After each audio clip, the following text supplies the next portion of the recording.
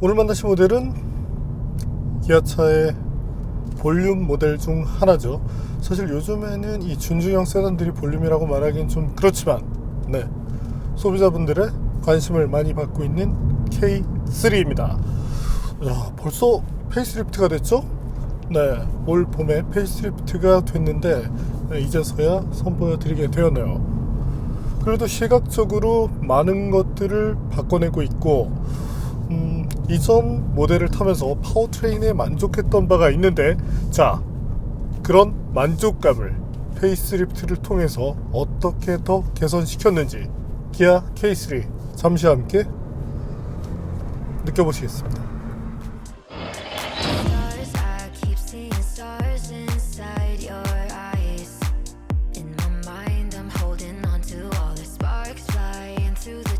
이번 K3는 사회 초년생들을 목표로 하고 있어 젊은 소비자들이 좋아할 요소들을 많이 보강했습니다. 디자인부터 젊고 스포티해 보이게 했죠. 새로운 디자인의 헤드램프와 그릴, 날개를 연상시키도록 변경된 범퍼 디자인도 갖췄습니다. 후면에서는 상급 모델처럼 점선 형태로 연결되는 리어램프 디자인이 특징이고요. 실내도 요즘 트렌드를 잘 따릅니다. 8인치에서 10.25인치로 커진 센터페시아 디스플레이와 함께 계기판도 풀 디스플레이를 쓰고 있고요. 최신 인포테인먼트도 탑재되면서 기아페이를 비롯한 최신 기능도 지원합니다. 후속 취침 모드도 있는데 준준형차 실내에서 필요성은 크지 않아 보입니다. 통풍과 열선까지 지원하는 시트를 갖췄지만 조수석 전동 기능은 없습니다. 뒷좌석 공간도 넉넉했고요. 송풍구 하단에 USB 단자도 생겼죠? 그보다 반가운 점은 전기형이 없던 뒷좌석 폴드 기능이 추가됐다는 것입니다. 나머지 공간도 확인해 볼까요?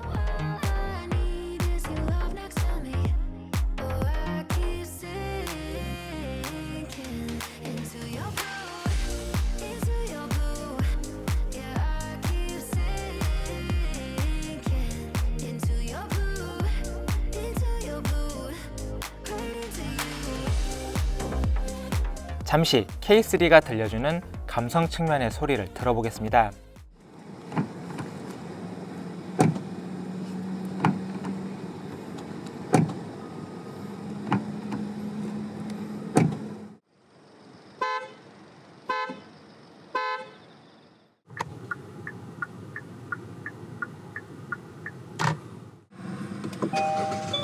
카드를 넣어주세요. 에이다스 기능도 강화됐습니다. 이제 K3에서도 고속도로 주행보조 기능을 포함해 차선 이탈 경고 및 보조, 차로 중앙 유지, 차량과 보행자, 자전거까지 인식하는 전방추돌 경고 및 긴급제동, 사각 및 후측방 경고 및 보조 기능도 탑재됩니다. 이제 페이스리프트를 마친 K3가 어떻게 달려주는지 볼까요?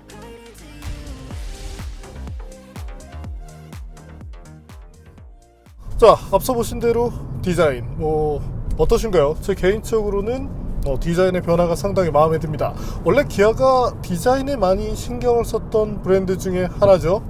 그리고 그런 것들을 페이스리프트에서 조금 과장하자면 거의 풀체인지급 변화까지를 보여줘서 상당히 좋습니다. 자, 근데 이 지적할 부분, 실내에서 지적할 부분이 생기는데 은근히 소재 부분도 신경을 잘 썼거든요. 지금 보이실지 모르겠지만 이런 부분 다 부드러운 소재로 감쌌습니다. 예전 같았으면 그냥 생 플라스틱, 하드 플라스틱을 그대로 넣었을 것 같은데 이런 것들은 참 기아차가 잘하고 있죠. 그 밑에도 하드 플라스틱이 들어가 있지만 코팅이 되어 있기 때문에 터치를 했을 때, 손이 닿았을 때 촉감 부분에서 아쉬움을 부르지 않죠. 그리고 마감 부분도 무난하고요. S클래스보다 나은데? 자, S클래스가 유독 못하고 있으니까 이 부분은 넘어가자고요. 자, 하지만 이 기어 셀렉트 레버 주변을 한번 볼까요? 이건 이게 기아 K3가 아니라 포르테라고 얘기를 해도 믿을 것 같습니다. 과거 포르테와 비교를 한다면 뭐 이쪽 분위기는 뭐 별반 차이가 없고 시대의 흐름에 따라 뭐 통풍 시트가 적용된 것 정도가 눈에 띄네요. 이런 부분은 좀 신경 쓸 필요가 있겠죠. 또한 하이그로시 패널을 상당히 기아차가 좋아합니다. 오염에 상당히 취약한데 이 메르세데스 벤츠의 일부 모델들도 사실 이런 하이그로시 패널을 많이 써서 이 오염 때문에 좀 아쉬움을 토로하는 경우가 많이 있거든요. 네, 기아차도 조금 다른 소재 선택을 통해서 이 분위기를 바꿔보는 것도 좋겠습니다. 이제 이 반짝거리는 게 좋다고 생각하는 그런 시대는 아니잖아요. 자, 기아 K3 한번 달려볼까요? 가속 페달을 밟았을 때 마음에 드는 부분, 엔진의 반응성입니다. 자, 일단 이 차에 적용되어 있는 변속기, 이전에도 말씀드렸지만 무단 변속기가 적용되고 있죠. 자, 그랬을 때 보통 어떻습니까? 가속 페달을 밟으면 RPM이 올라가면서 이 뭔가 한 템포 늦게 반응하는 그런 것들이 운전을 조금은 짜증스럽게 만들었습니다. 하지만 기존까진 그런 것들을 우리는 수용할 수밖에 없었죠. 연비가 좋으니까.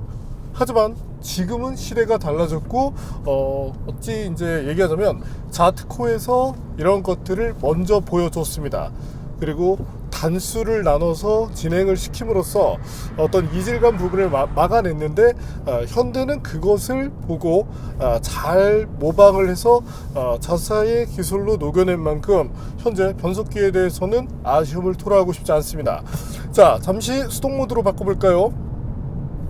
자, 이때는 물론 이제 직결감, 어떤 뭐 체결감에 있어서는 약간 그 느낌이 다르긴 하지만 이 정도라면 일반 소비자분들께서 이 변속기 특성에 대해서 거의 뭐 자동 변속기 아니야?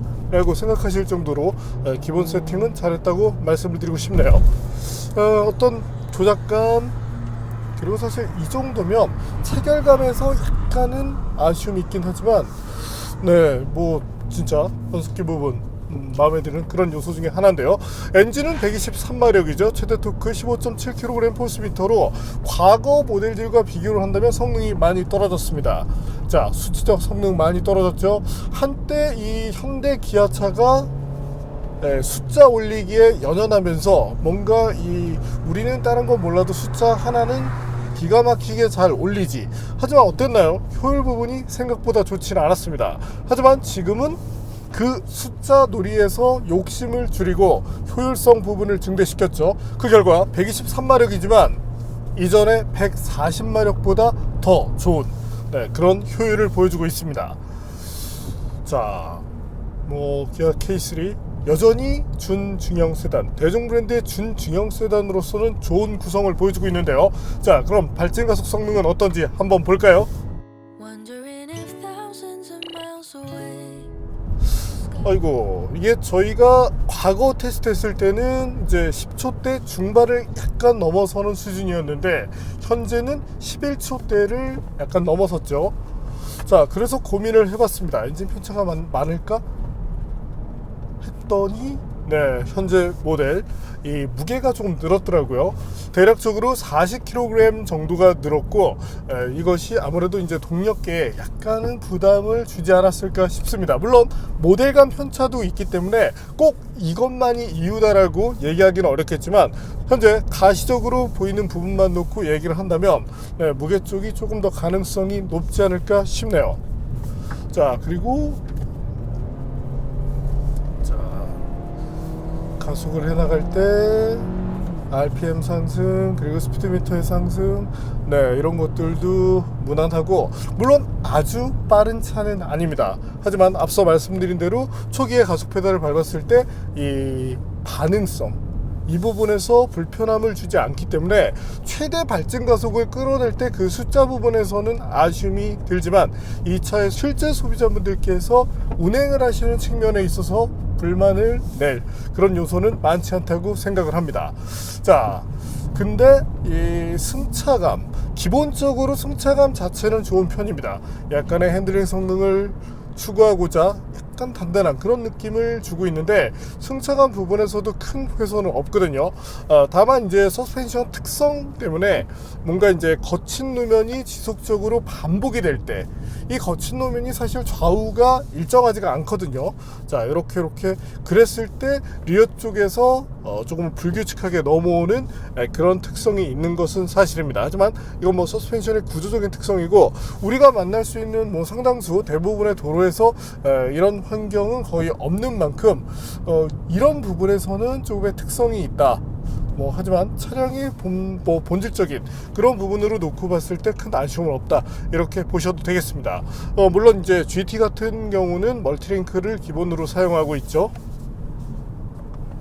자, 기아 K3 현대 아반떼와 직접 경쟁을 합니다. 이제 뭐 시장에 남아있는 차들이 없기 때문에 이 두 대 간 지방 간 치열한 경쟁을 하고 있는데 제 개인적으로는 약간의 세련미 그런 부분에서는 아반떼에 손을 들어주고 싶습니다.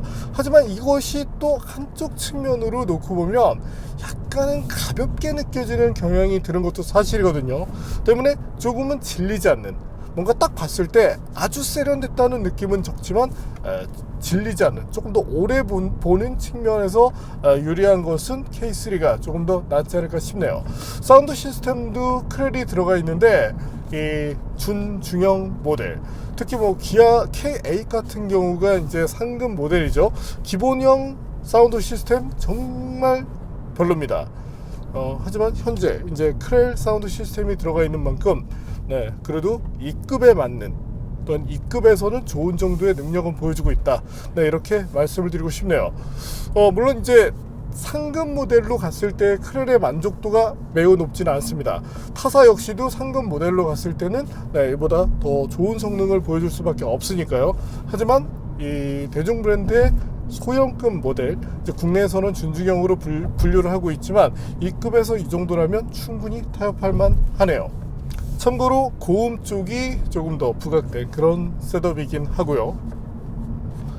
기능적으로 봤을 때 통풍 시트 이런 것들도 잘 마련되어 있고, 스티어링 휠 히팅 기능, 국내 소비자분들이 좋아하는, 특히나 이 엔트리 모델 소비자일수록 이런 부분에 더 관심이 많습니다. 그래서 이런 부분에서만큼은 현대기아차가 정말 이 소비자의 니즈를 잘 쫓아가고 있다, 이렇게 말씀을 드리고 싶고요. 내비게이션 성능도 좋은 편이고. 자, 그렇다면 제동 성능도 한번 볼까요?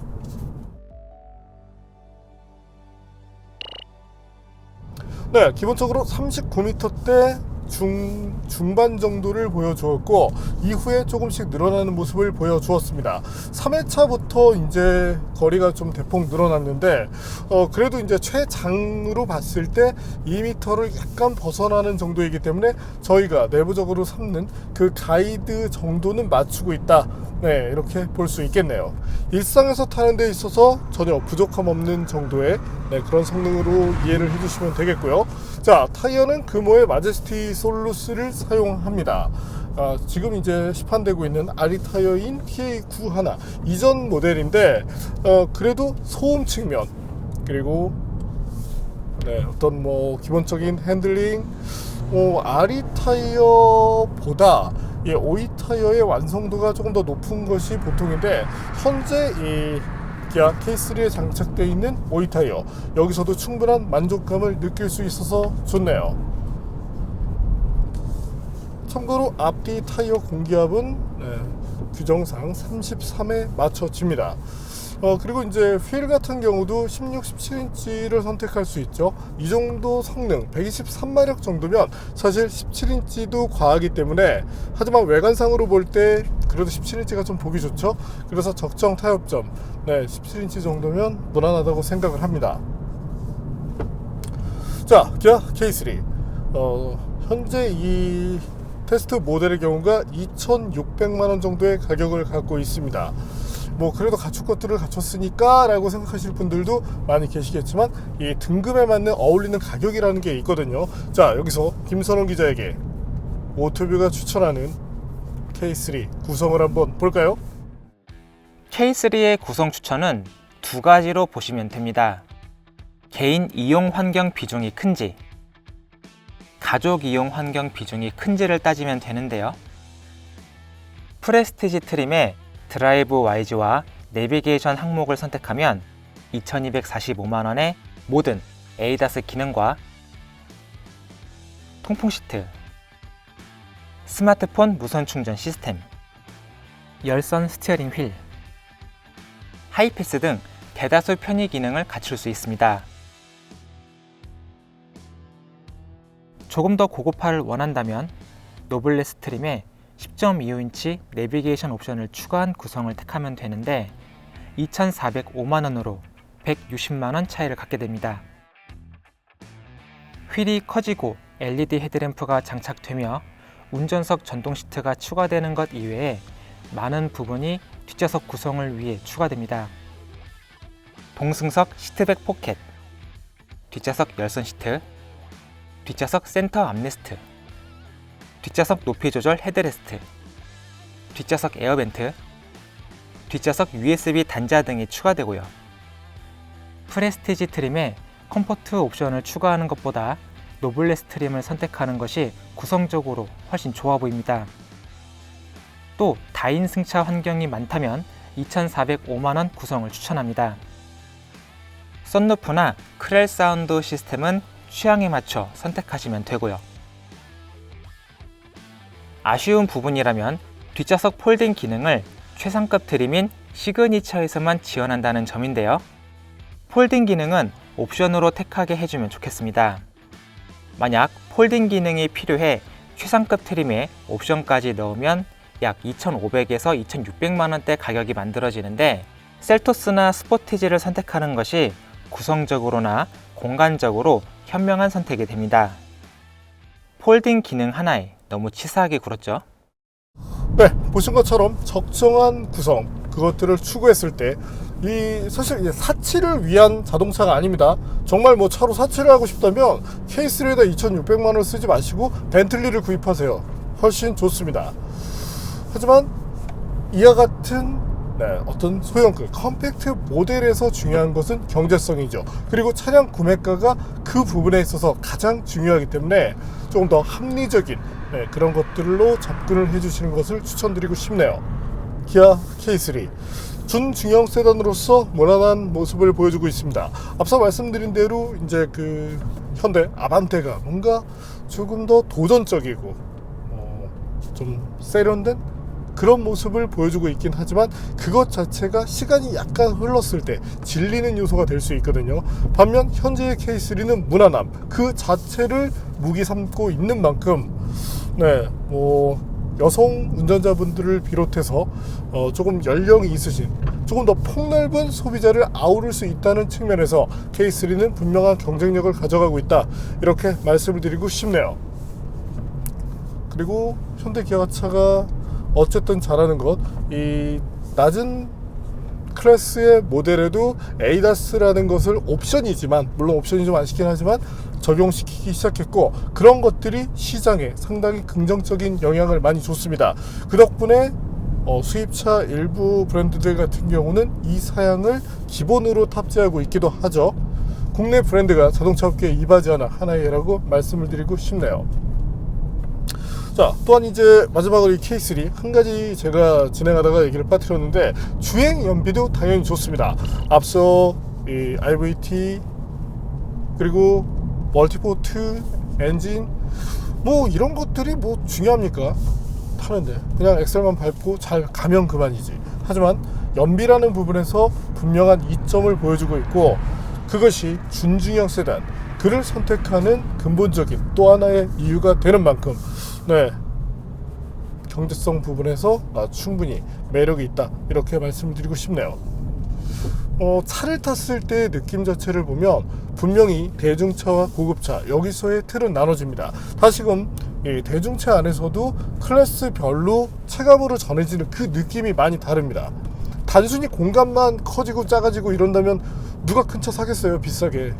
하지만 거기서 느껴지는 고급감, 그런 부분에서 차이가 있긴 하지만 이 세그먼트, 이 등급에서 비춰 바라본다면 해외 모델과 비교를 하더라도 기아, 현대 기아차 이런 부분에서는 충분한 경쟁력을 보여주고 있어서 좋네요.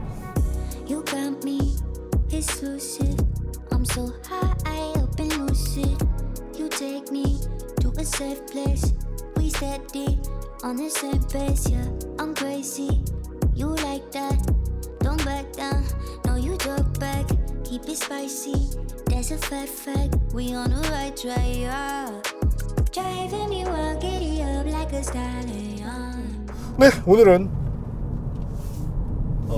기어 셀렉트 레버, 여기 진짜 이거 한 1-20년 전 이런 스타일, 요것만 빼면 나머지 부분에서 다 평균점 이상을 줄 수 있는 기아 K3를 만나봤습니다.